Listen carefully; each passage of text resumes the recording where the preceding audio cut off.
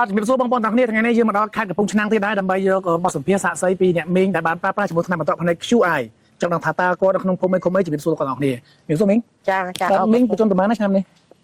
68ខ្លួន68ហើយឈ្មោះដែរមីងឈ្មោះអឹមសំអាងពីមុនផ្នែកមីងកាត់អីដែរកាត់កន្ទុយខ្លែនហ្នឹងហើយលើកមុនបាយឥឡូវដល់ពេលវះរួចកាត់កន្ទុយខ្លែនទៀតបាទចាឥឡូវគ្រាន់ហើយប្រហែលឆ្នាំហើយម៉ែខ្ញុំហ៎កាត់កើតទៅចង់10ឆ្នាំហើយចង់10ឆ្នាំហើយចាតើបានឆ្នាំនេះបន្តទៅរៀងច្បាស់បាទច្បាស់ខ្លាំងហ្មងណាចុះរយៈពេល10ឆ្នាំគឺពិបាកខ្លាំងនេះ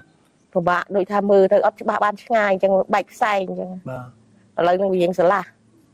ទៅពេលយើងកើតកន្ទុយថ្លែងយើងឡើងបាយផងយើងពិបាកចាពិបាកឃើញថាបើស្លាប់រស់មិនឲ្យបានតែភ្លឺអញ្ចឹងទៅវាគ្រាន់បានមើលគេមើលឯងបាទមើលចាត់បាយឃើញអញ្ចឹងណាបាទបាយចិត្តច្រើនណាឥឡូវមើលឃើញកូនឃើញចៅច្បាស់ចាចា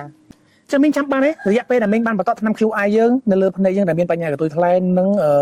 គឺទៅភ្នែកឡើងបាយហ្នឹងតើចំណាយពេលប្រហែលថ្ងៃដែលមីងដឹងផលថាប្លែក2ថ្ងៃដឹង2ថ្ងៃចាដឹងច្បាស់ហ្មង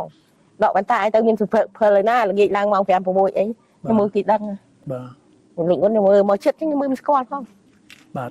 ចា2ថ្ងៃស្រឡះល្អណាគួរបាទណាបានលេបសំណាងអ្នកណាបានទទួលអូនខ្ញុំក៏សប្បាយចិត្តដែរថាខ្ញុំអត់ទាំងលុយស្រួយមកផងជួយខ្ញុំផងចាំខ្ញុំដាក់ម៉ងល្អិតអញ្ចឹងសមបានលុយជិះឡានជិះរមាក់ម៉ូតូមកអញ្ចឹងណាបាទ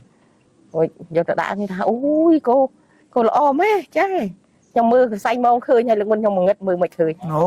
នេះមួយទៀតអាការដែលមីងបន្តថ្នាំ QI តើមានផលលំបាកខ្លះផលលំបាកខ្លះអត់គ្រាន់តែមុនបងរៀងផ្សារបន្តិចហ្នឹងអត់លំបាកអីសោះ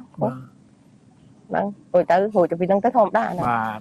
អញ្ចឹងខ្ញុំបានជំរាបជូនបងប្អូនទាំងគ្នា QI គឺជាបច្ចេកទេសចុងក្រោយបច្ចេកទេសទំនើបដែលធ្វើឲ្យពុកម៉ែបងប្អូនទាំងគ្នាចំណាយពេលត្រឹមតែ2ថ្ងៃ5ថ្ងៃទៅមួយអាទិត្យនឹងឃើញផលភ្លាមៗដូចតែមីងផងដែរណាចាបងប្អូនទាំងអស់ដែលមានបញ្ហាភ្នែកដូចខ្ញុំសូមប្រើប្រាស់ទៅល្អណាស់លោកអើយលោកមែនណាបាត់មែនដូចតែកាត់បាត់ហ្មងណាបាទ80%ហើយ80ហើយ80ហើយលើកមុនមើលអីមិនឃើញផងឥឡូវមើលឃើញចឹង